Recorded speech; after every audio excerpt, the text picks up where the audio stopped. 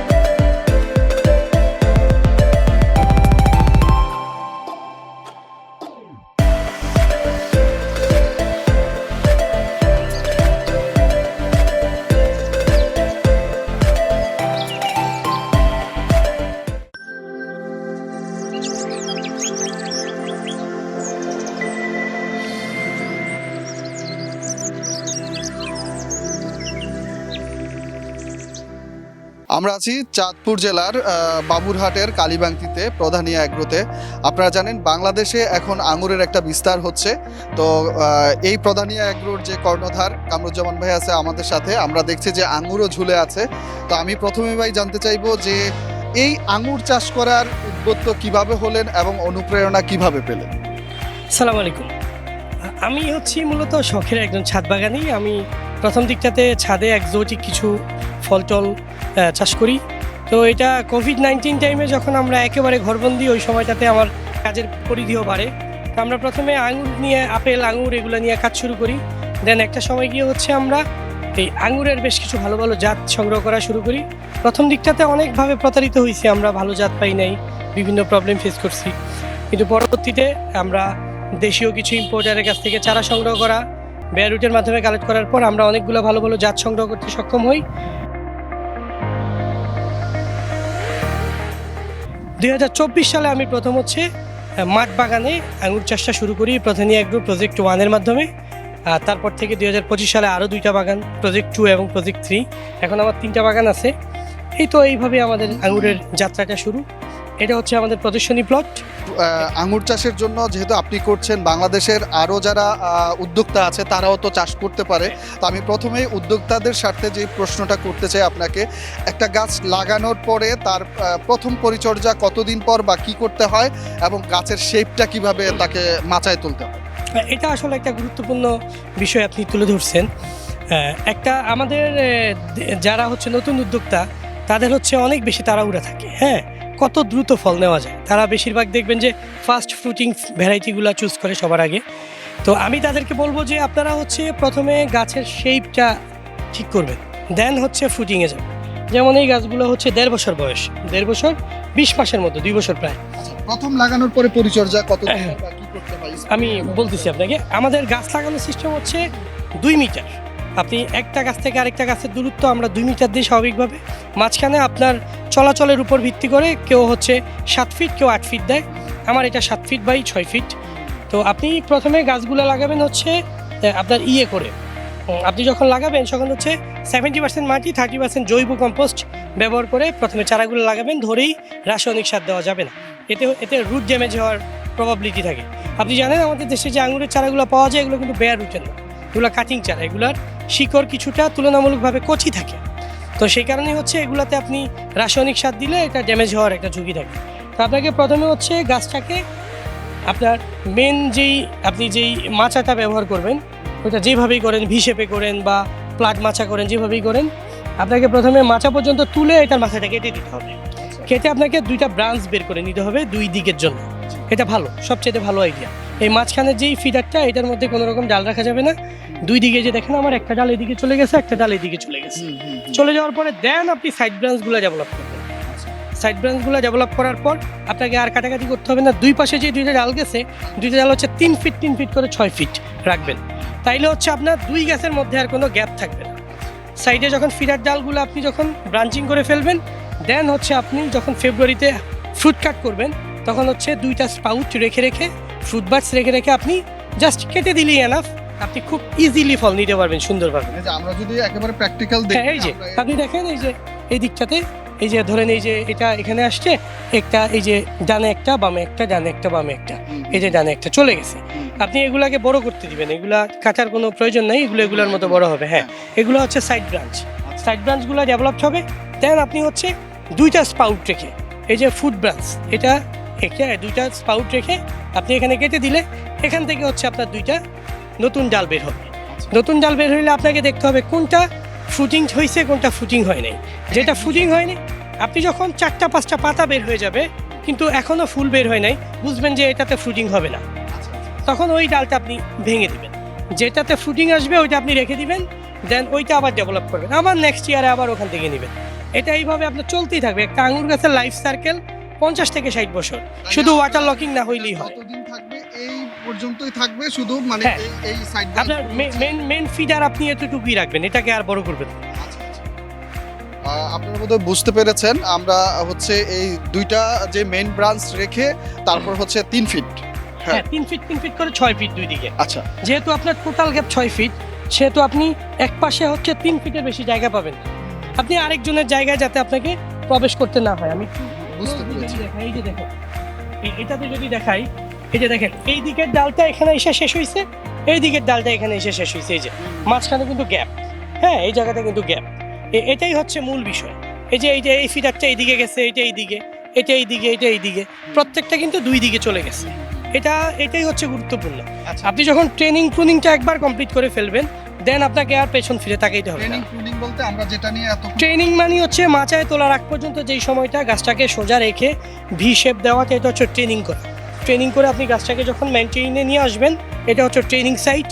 আর pruning মানে হচ্ছে আপনি যেই সময় ফ্রুট কাট দিবেন, এটাকে ফাইনাল ফ্রুট কাট।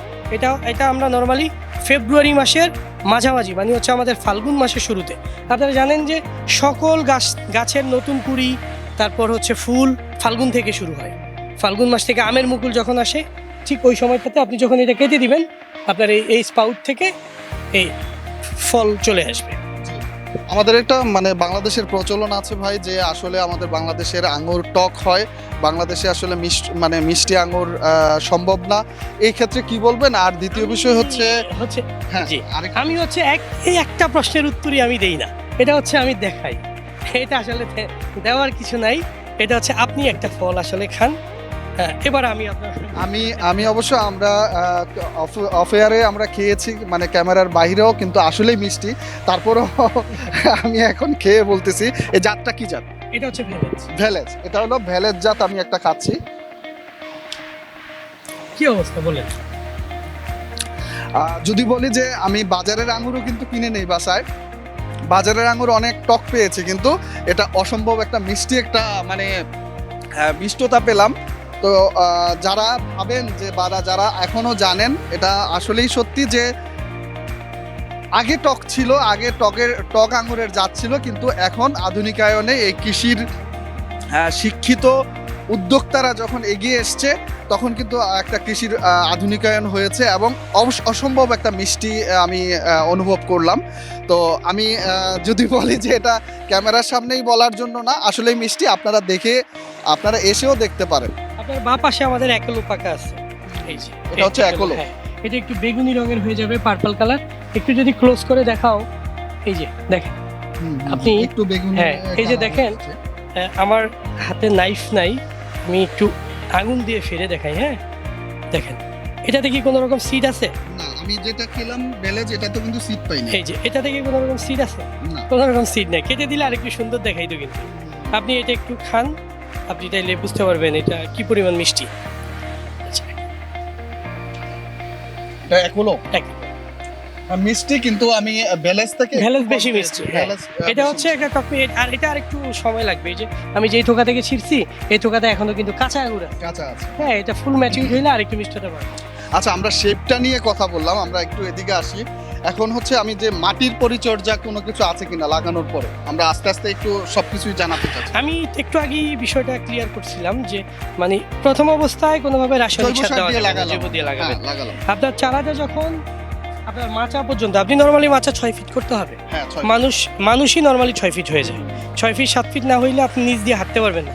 1 ফিট তো আঙুরই ঝুলবে, আঙুরই তো 1 ফিট ঝুলবে। তারপর আপনার মাথায় যেন না লাগে ওই দিকে আপনার খেয়াল রাখতে হবে। এই যে আপনি আমার এই দিকটাতে 6 ফিট দেখলো, আপনি এই জায়গায় কিন্তু আবার 7 ফিটের উপরে আছে। হ্যাঁ, আমার এইটা শেপের কারণে 6 ফিট। টেবিল মাচা হইলে কিন্তু পুরোটা 7 ফিট হইতো। জি, আমার মাথায় উঠলো এরপর হ্যাঁ, মানে আপনি ওখানে কেটে দিতে হবে। যখন কাটবেন তখনই হচ্ছে আপনি এই সাইডটাকে রিং করবেন, এই দিকটাতে পুরোটাতে 1 ফিট দূরে রিং করে আপনি হচ্ছে এটাতে পটাশ, তারপর হচ্ছে পটাশ বলতে হচ্ছে এমওপি, যেটা মিউরেট অফ পটাশ। আপনি টিএসপি দিবেন, এখানে ডিএপি দিবেন। ডিএপি দিলে লাগানো 2 মাস পর, 2 মাস পর। হ্যাঁ, আপনি ডিএপি যেহেতু দিবেন, আপনাকে আলাদা করে নাইট্রোজেনের জন্য আর দিতে হবে না। আপনাকে ইয়েটা কি বলে এটাকে, ইউরিয়াটা দিতে হবে না রাসায়নিকের জন্য, নাইট্রোজেনের জন্য আর কিছু দিতে হবে না। এমনি তো আঙ্গুরে চেষ্টা করবেন নাইট্রোজেন কম দেওয়ার জন্য, কারণ এটা লতানো গাছ তো। 1 থেকে 150 গ্রাম দিবেন প্রথম অবস্থায়। হ্যাঁ, এটা আপনি দিবেন হচ্ছে লাগানোর 2 মাস পর। আর আপনি ফাইনালি যখন সার দিবেন সেটা হচ্ছে প্রুনিংয়ের 1 মাস আগে। আপনি জানুয়ারি মাসে হচ্ছে ফ্রুট কাটের আগে একবার সার দিবেন। তখন দিবেন আপনি পটাশ দিবেন হচ্ছে 30%, 30 to 40% শুধু পটাশ দিবেন। ফুল ফল পরিমাণে বেশি বাড়ানোর জন্য পটাশ দিবেন। আর হচ্ছে আপনি তখন হচ্ছে আপনি টিএসপি দিবেন, জিঙ্ক দিবেন, বোরন দিবেন। কারণ ওই সময় যাতে এই যে ফলের বৃষ্টি হইলে, এই যে আমার ফল কিন্তু বৃষ্টিতে ফাটে নাই। হ্যাঁ, আপনি হচ্ছে সারের জন্য একটা চার্ট আছে। যারা নতুন উদ্যোক্তা তারা যদি আমাদের সাথে যোগাযোগ করে, আমরা সারের জন্য একটা চার্ট আছে, ওইটা আমরা দিয়ে দিব। এভাবে বললে আসলে এটা ক্লিয়ারলি নিতে পারবে না রাসায়নিক বিষয়টা। ফলের আগে লাস্ট ডোজ হচ্ছে ওইটা। হ্যাঁ, এবার আসি হচ্ছে আমি যখন ফুল আসলো স্প্রে, মানে আমাদের ওই শিডিউলটা কি? ফুল ফুটে অবস্থায় তো কোনো স্প্রে দেওয়াই যাবে না। ফুল ফুটার তখন হচ্ছে আপনার ফুল ফুটার আগে বলতে ফুল যখন আসবে, ফুলটা যখন আপনার 1 কর পরিমাণ হবে, তখন আপনি হচ্ছে মাকড় থেকে রক্ষা করার জন্য ওই সময়টাতে আপনি হচ্ছে মাকড় নাশক, যেটা আপনি ভার্টিমেক দিতে পারেন, বা হচ্ছে তুন্দ্রা যেটা ওইটা দিতে পারেন। এটা আর হচ্ছে সাথে আপনি ফাঙ্গিসাইড, যেটা ম্যানকোজেব গ্রুপের ফাঙ্গিসাইড আপনি স্প্রে করে যাবেন হচ্ছে ফুলটা যখন ছোট থাকবে। আর ফুলটা ফুটার আগে আপনি যদি সিডলেস করতে চান আঙুরকে, তাইলে হচ্ছে জিব্রিলিক অ্যাসিডটা স্প্রে করতে হবে GA3 আগে। হ্যাঁ, ফুল ফুটার 3 থেকে 4 দিন আগে। ফুল ফুটার মধ্যে কোনো রকম সার প্রয়োগ করা যাবে না, তাহলে ভ্রমর আসবে না, পরাগায়ন ক্ষতিগ্রস্ত হবে, থোকা সুন্দর হবে না। থোকা সাইজ যত সুন্দর হবে, ফল দেখতে তত ভালো লাগবে। আচ্ছা, এটা এরপরের স্টেপ আমরা স্প্রেগুলো শেষ করি। এটা হচ্ছে আপনার এই ফুল পর্যন্ত। ফুলটা যখন ফুটে যাবে, দানা দানা হয়ে যাবে, প্রথম GA3 ব্যবহারের 15 দিন পর আবার আপনাকে আরেকবার GA3 স্প্রে করতে হবে। আর GA3 ব্যবহারের 1 থেকে 2 দিন পর আবার আপনাকে মাকড়নাশক আর ছত্রাকনাশকটা স্প্রে করে যেতে হবে। মটর দানার মতো হবে। ওই সময় যদি দেখেন যে পাতায় লেদা পোকার আক্রমণ আছে, মানে এরকম পাতা কেটে ফেলতেছে, তাইলে সাথে হচ্ছে আপনি নাইট্রো দিতে পারেন, বা হচ্ছে আপনার ফাইটার কয়েকটা আছে, লেদা পোকা, জাপ পোকা, এগুলোর জন্য অনেকগুলা ঔষধি পাওয়া যায়, ওগুলো দিতে পারেন। ক্যারাটে, ফাইটার, নাইট্রো এগুলো দিতে পারেন। তো এই ডোজটা আপনাকে মেনটেন করতে হবে ফল পাকার আগ পর্যন্ত। হ্যাঁ, ফল পাকার পরে আর ফলে কোনো রকম স্প্রে করা যাবে না। ঠিক আছে, আপনাকে না GA3টা ব্যবহার করতে হবে 3 ডোজ। প্রথম ডোজটা হচ্ছে ফুল ফুটার 3 দিন আগে, পরের ডোজটা হচ্ছে গমের সমান যখন হবে তখন, তারপরেরটা হচ্ছে তার 15 দিন পর হচ্ছে মটর দানার সমান। মানে 15 দিনের মধ্যে আপনাকে 3 বার GA3টা স্প্রে করতে হবে।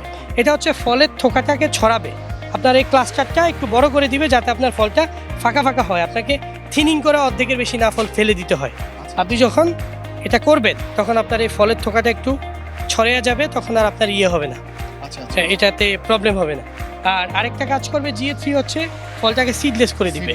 কোনোটা যদি 100% সিডলেস নাও করতে পারে, সিডটাকে সফট করে দিবে, ছোট করে দিবে। ঠিক আছে, আপনি যে একটু আগে আমাকে একটা থোকা দেখায় বললেন যে এটাতে বীজ একটু বড় ছিল, ডিকসনকে সিডলেস করা যায় না। হ্যাঁ, ডিকসন অনেক বড় ভ্যারাইটি। মেবি এটার সাইজের কারণে হয়তো GA3 কাজ করে না। আমার যতটুকু ধারণা এটা সাইজের কারণেই হয়তো GA3টা ভিতরে কাজ করতে পারে না। কারণ আমাদের অন্যান্য ভ্যারাইটি সিডলেস হইলেও আমরা ডিকসনকে সিডলেস করতে পারিনি। এটা সিট থেকেই যায়, একটা দুইটা বড় বড় সিট থেকেই যায়। তাহলে আমাদের স্প্রেগত এগুলো এই পর্যন্ত হ্যাঁ। আচ্ছা, আর পাকার পরে আমরা যতদূর জানি যে বৃষ্টি হলে একটা সমস্যা হয়, হ্যাঁ, সেখান থেকে রক্ষার উপায় আপনার ফাঙ্গিসাইড স্প্রে করতে হবে আঙুরে। পাকার পরে বৃষ্টি হইলে ফাঙ্গিসাইড স্প্রে করতে হবে, আর বোরন স্প্রে করে দিতে হবে একবার। ফল পাকার আগে একবার বোরন স্প্রে করে দিলে, সালফার আর বোরন একবার যদি স্প্রে করে দেন তাইলে হচ্ছে ফল ফাটবে না। বৃষ্টি হলে ফল ফাটার একটা প্রবণতা শুরু হয়। আপনি দেখেন আমার এগুলো কিন্তু অনেক ফ্রেশ, ক্লাস্টারও কিন্তু অনেক বড় বড়। ইভেন আমি এগুলাতে দেই না, আপনার পোকার জন্য বা মাকড়ের জন্য কোনো স্প্রে করি না, কজ আমার এই ফলগুলো দর্শনার্থীরা খায় সেই জন্য। হ্যাঁ, এটাতে যদি আমি পোকা মাকড় প্লাস হচ্ছে ফাঙ্গিসাইডটা কন্টিনিউ স্প্রে করি পাতার মতো, তাহলে কিন্তু এটাতে একটা আঙুরও পচবে না। আপনি দেখবেন চীন থেকে আমাদের যে আঙুরগুলো আসে সেগুলো আপনার 15 দিন 20 দিন মাসকে মাস ওই জাহাজে থাকার পরেও আমরা কিন্তু তারপরেও ভালো পাই। দোকানেও কিন্তু 15 দিন ঝুলাইয়া বিক্রি করে। আপনি এই ফলটা গাইটা নিয়ে 2 দিন পরে দেখবেন যে পচা শুরু হয়ে গেছে। ঠিক আছে, তার মানে আমরা এগুলাতে যদি আপনার ঔষধ ব্যবহার করা শুরু করি তাহলে কিন্তু আর ওই যে ন্যাচারাল যে বিষয়টা এটা আর থাকবে না। তাইলে আর আপনি ওই যে দেশের আঙুর বা পিওর আঙুর বলে যে গর্বটা করেন, এটা আর তখন আর করতে পারবেন না। আমরা এখন পর্যন্ত চেষ্টা করতেছি ওগুলা ইউজ না করার জন্য।